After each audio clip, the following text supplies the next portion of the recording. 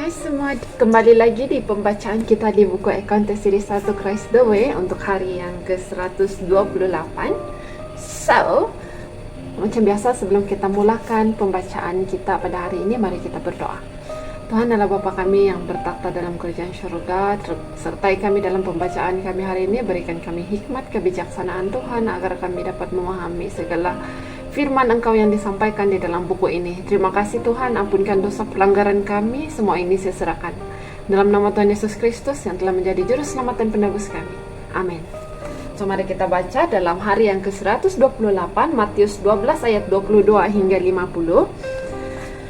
Kemudian dibawalah kepada Yesus seorang yang kerasukan setan. Orang itu buta dan bisu, lalu Yesus menyembuhkannya sehingga si bisu itu berkata-kata dan melihat. Maka takjublah sekalian orang banyak itu, katanya, "Ia ini agaknya anak Daud." Tetapi ketika orang Farisi mendengarnya, mereka berkata dengan Beelzebul, penghulu setan yang mengusir setan. Tetapi Yesus mengetahui pikiran mereka lalu berkata kepada mereka, "Siapa kerajaan yang terpecah-pecah pasti binasa, dan setiap kota atau rumah tangga yang terpecah-pecah tidak dapat bertahan. Demikianlah juga kalau iblis mengusir iblis, ia pun terbagi-bagi dan melawan dirinya sendiri. Bagaimanakah kerajaannya dapat bertahan?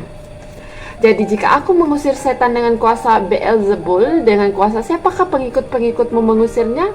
Sebab itu merekalah yang akan menjadi hakimmu. Tetapi jika aku mengusir setan dengan kuasa Roh Allah, maka sesungguhnya kerajaan Allah sudah datang kepadamu. Atau bagaimanakah orang dapat memasuki rumah seorang yang kuat dan merampas harta bendanya apabila tidak diikatnya dahulu orang kuat itu? Sesudah diikatnya barulah dapat ia merampok rumah itu. Siapa tidak bersama aku, ia melawan aku, dan siapa tidak mengumpulkan bersama aku, ia mencerai-beraikan. Sebab itu aku berkata kepadamu, segala dosa dan hujat manusia akan diampuni, tetapi hujat terhadap Roh Kudus tidak akan diampuni. Apabila seorang mengucapkan sesuatu menentang anak manusia, ia akan diampuni, tetapi jika ia menentang Roh Kudus, ia tidak akan diampuni di dunia ini, tidak, dan di dunia yang akan datang pun tidak. Jikalau suatu pohon kamu katakan baik, maka baik pula buahnya. Jikalau suatu pohon kamu katakan tidak baik, maka tidak baik pula buahnya. Sebab dari buahnya pohon itu dikenal. Hai kamu keturunan ular beludak, bagaimanakah kamu dapat mengucapkan hal-hal yang baik sedangkan kamu sendiri jahat?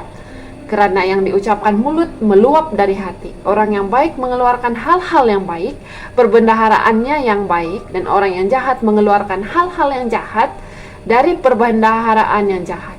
Tetapi aku berkata kepadamu, setiap kata sia-sia yang diucapkan orang harus dipertanggungjawabkan pada hari penghakiman, karena menurut ucapanmu engkau akan dibenarkan, dan menurut ucapanmu pula engkau akan dihukum. Pada waktu itu berkatalah beberapa ahli Taurat dan orang Farisi kepada Yesus, "Guru, kami ingin melihat suatu tanda daripadamu." Tetapi jawabnya kepada mereka, "Angkatan yang jahat dan tidak setia ini menuntut suatu tanda, tetapi kepada mereka tidak akan diberikan tanda selain tanda Nabi Yunus.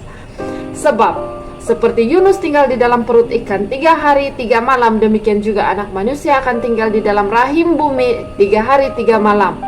Pada waktu penghakiman, orang-orang Niniwi akan bangkit bersama angkatan ini dan menghukumnya juga. Sebab orang-orang Niniwi itu bertobat setelah mendengar pemberitaan Yunus, dan sesungguhnya yang ada di sini lebih daripada Yunus. Pada waktu penghakiman, ratu dari selatan itu akan bangkit bersama angkatan ini, dan ia akan menghukumnya juga. Sebab ratu ini datang dari ujung bumi untuk mendengar hikmat Salomo, dan sesungguhnya yang ada di sini lebih daripada Salomo. Apabila roh jahat keluar dari manusia, ia pun mengembara ke tempat-tempat yang tandus mencari perhentian. Tetapi ia tidak mendapatnya. Lalu ia berkata, "Aku akan kembali ke rumah yang telah kutinggalkan itu." Maka pergilah ia dan mendapati rumah itu kosong, bersih, tersapu, dan rapi teratur. Lalu ia keluar dan mengajak 7 roh lain yang lebih jahat daripadanya, dan masuk dan berdiam di situ. Maka akhirnya keadaan orang itu lebih buruk daripada keadaannya sebelum. Demikian juga akan berlaku atas angkatan yang jahat ini. Ketika Yesus melihat masih berbicara dengan orang banyak itu, ibunya dan saudara-saudaranya berdiri di luar dan berusaha menemui dia. Maka seorang berkata kepadanya, "Lihatlah, ibumu dan saudara-saudaramu ada di luar dan berusaha menemui engkau." Tetapi jawab Yesus kepada orang yang menyampaikan berita itu kepadanya, "Siapakah ibuku? Siapa ibuku? Dan siapa saudara-saudaraku?" Lalu katanya sambil menunjuk ke arah murid-muridnya, "Ini ibuku dan saudara-saudaraku." Sebab siapapun yang melakukan kehendak Bapakku di surga, dialah saudaraku laki-laki, dialah saudaraku perempuan, dialah ibuku. So, seterusnya kita terus sambung untuk 100 hari yang ke-129. Kita buat serentak. Markus 3 ayat 20 hingga 35. Dan ada juga di dalam Lukas 8 ayat 19 hingga 21. Dan kita terus baca di dalam Desire of Ages nomor 321. So, ada 3 benda untuk hari yang ke-29 ya. So, pertama sekali untuk hari yang ke-129, kita baca dalam Markus 3 ayat 20 hingga 35. Kemudian Yesus masuk ke sebuah rumah, maka datanglah orang banyak berkerumun pula sehingga makan pun mereka tidak dapat. Waktu kaum keluarganya mendengar hal itu, mereka datang hendak mengambil dia. Sebab kata mereka, ia tidak waras lagi. Dan ahli-ahli Taurat yang datang dari Yerusalem berkata, ia kerasukan Beelzebul, dan dengan penghulu setan ia mengusir setan. Yesus memanggil mereka lalu berkata kepada mereka dalam perumpamaan, bagaimana iblis dapat mengusir iblis? Kalau suatu kerajaan terpecah-pecah, kerajaan itu tidak dapat bertahan. Dan jika suatu rumah tangga berpecah-pecah, rumah tangga itu tidak dapat bertahan. Demikianlah juga kalau iblis berontak melawan dirinya sendiri. Dan kalau ia terbagi-bagi, ia tidak dapat bertahan, melainkan sudahlah tiba kesudahannya. Tetapi tidak seorang pun yang dapat memasuki rumah seorang yang kuat untuk merampas harta bendanya apabila tidak diikatnya dahulu oleh orang kuat itu. Sesudah itu barulah dapat ia merampok rumah itu. Aku berkata kepadamu, sesungguhnya semua dosa dan hujat anak-anak manusia akan diampuni. Ya, semua hujat yang mereka ucapkan. Tetapi apabila seorang menghujat Roh Kudus, ia tidak dapat ampun selama-lamanya, melainkan bersalah karena berbuat dosa kekal. Ia berkata demikian karena mereka katakan bahwa ia kerasukan roh jahat. Lalu datanglah ibu dan saudara-saudara Yesus. Sementara mereka berdiri di luar, mereka menyuruh orang memanggil dia. Ada orang banyak duduk mengelilingi dia dan berkata kepadanya, lihat, ibu dan saudara-saudaramu ada di luar dan berusaha menemui engkau. Jawab Yesus kepada mereka, siapa ibuku dan siapa saudaraku? Ia melihat kepada orang-orang yang duduk di sekelilingnya itu dan berkata, ini ibuku dan saudara-saudaraku. Barang siapa melakukan kehendak Allah, dialah saudaraku laki-laki, dialah saudaraku perempuan, dialah ibuku. Oke, kita teruskan dalam pembacaan Lukas 8 ayat 19 hingga 21. Ibu dan saudara-saudara Yesus datang kepadanya, tetapi mereka tidak dapat mencapai dia karena orang banyak. Orang memberitahukan kepadanya, ibumu dan saudara-saudaramu ada di luar dan ingin bertemu dengan engkau. Tetapi ia menjawab, ibuku dan saudara-saudaraku ialah mereka yang mendengarkan firman Allah dan melakukannya. So, sekarang kita beralih kepada Desire of Ages nomor 321, bab 33, siapakah saudara-saudaraku? Anak-anak Yusuf tidak menaruh simpati kepada Yesus dalam pekerjaannya. Berita yang sampai kepada mereka mengenai kehidupannya dan pekerjaannya mengherankan dan mengejutkan mereka itu. Mereka mendengar bahwa ia berdoa semalam-malaman, bahwa sehari-harian ia dikerumuni oleh orang banyak dan hampir tidak ada waktu makan baginya. Sahabat-sahabatnya merasa bahwa ia menyusahkan dirinya sendiri dengan pekerjaan yang tidak henti-hentinya. Mereka tidak sanggup menceritakan sikapnya terhadap orang Farisi, dan ada pula beberapa yang takut bahwa pertimbangannya sedang tidak menentu.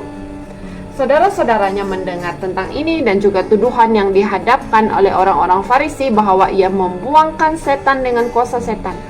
Mereka merasakan teguran tajam yang menimpa mereka karena hubungan mereka dengan Yesus. Mereka mengetahui huru-hara apa yang terjadi oleh sebab perkataan dan pekerjaannya, dan bukan hanya takut karena ucapan-ucapannya yang keras, tetapi marah akan celaan Yesus di hadapan ahli Taurat dan orang Farisi. Mereka telah mengambil keputusan bahwa ia mesti dibujuk atau dipaksa menghentikan cara bekerja Yang demikian dan mereka memaksa Maria bersatu dengan mereka dengan anggapan bahwa oleh kasihnya kepada Maria mereka dapat membujuk dengan lebih bijaksana. Sebelumnya Yesus telah mengadakan tanda mujizat yang kedua kali, menyembuhkan orang yang dirasuk setan, buta dan bisu, dan orang-orang Farisi mengulangi tuduhannya. Dengan kuasa penghulu setan ia mengusir setan. Matius 9 ayat 34. Kristus dengan jelas menerangkan bahwa mempertalihkan pekerjaan Roh Kudus dengan setan itu berarti dengan sendirinya mereka telah putus dari pancaran berkat. Orang-orang yang berbicara melawan Yesus sendiri dengan tidak mengindahkan keilahiannya masih dapat menerima pengampunan karena melalui Roh Kudus mereka dibawa melihat kesalahan mereka dan bertobat. Dosa apapun jika jiwa bertobat dan percaya, kesalahan itu akan dibasuhkan di dalam darah Kristus. Tetapi barang siapa yang menolak pekerjaan Roh Kudus, berarti menempatkan dirinya sendiri di tempat pertobatan dan iman tidak dapat datang lagi padanya. Dengan Roh Kudus Tuhan bekerja. Dengan Roh Kudus Tuhan bekerja dalam hati. Jika manusia dengan sengaja menolak Roh Kudus dan mengatakan bahwa itu datangnya dari setan, mereka memutuskan saluran yang olehnya Allah dapat berhubung dengan mereka. Jika akhirnya roh itu ditolak, tidak ada lagi yang dapat diperbuat oleh Allah untuk jiwa yang demikian. So, sampai di sini sahaja pembacaan kita pada hari ini, di mana orang-orang Farisi telah menolak Yesus kan, sebab Yesus telah membuat mujizat dan orang tidak percaya yang Yesus itu mendapat kuasa daripada Allah Bapa, dan mereka menuduh yang Yesus itu menggunakan kuasa ketua setan untuk mengusir setan dan untuk membuat mujizat. Dan begitu juga dengan saudara-saudara dia dan termasuk ibu dia sekali yang ingin menghalang pekerjaan dia dalam pelayanan, melayani Tuhan, penyebaran Injil Tuhan. Mereka coba untuk menghentikan Yesus, tetapi Yesus tetap teguh dengan tanggung jawab dia, dengan rencana dia untuk menyelamatkan kita. Dan betapa mencabarnya pekerjaan Yesus sebenarnya ya, sebab keluarga dia sendiri menghalang dia untuk meneruskan pekerjaan dia. So, macam mana perasaan kamu kalau keluarga kita sendiri menghalang kita untuk melakukan pekerjaan kita? Pasti agak susah kan? So, sampai di sini saja kita punya pembacaan hari ini. So, jangan lupa bersama dengan saya untuk pembacaan kita yang seterusnya. So, mari kita akhiri pembacaan ini dengan doa.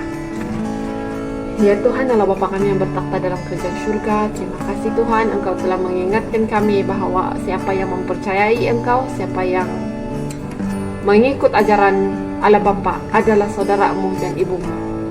Terima kasih Tuhan, kami ingin terus setia sebab Engkau adalah satu-satunya harus kami percaya. Engkau adalah Yesus yang telah diutus ke dalam dunia ini benar-benar adalah kiriman daripada Engkau untuk menebus dosa kami. Terima kasih atas pelajaran yang begitu indah hari ini. Engkau berkati kami hari ini, penuhi hati kami dengan roh Engkau Tuhan, pikiran kami dengan roh Engkau, agar segala sesuatu yang kami lakukan sesuai dengan kehendak Engkau.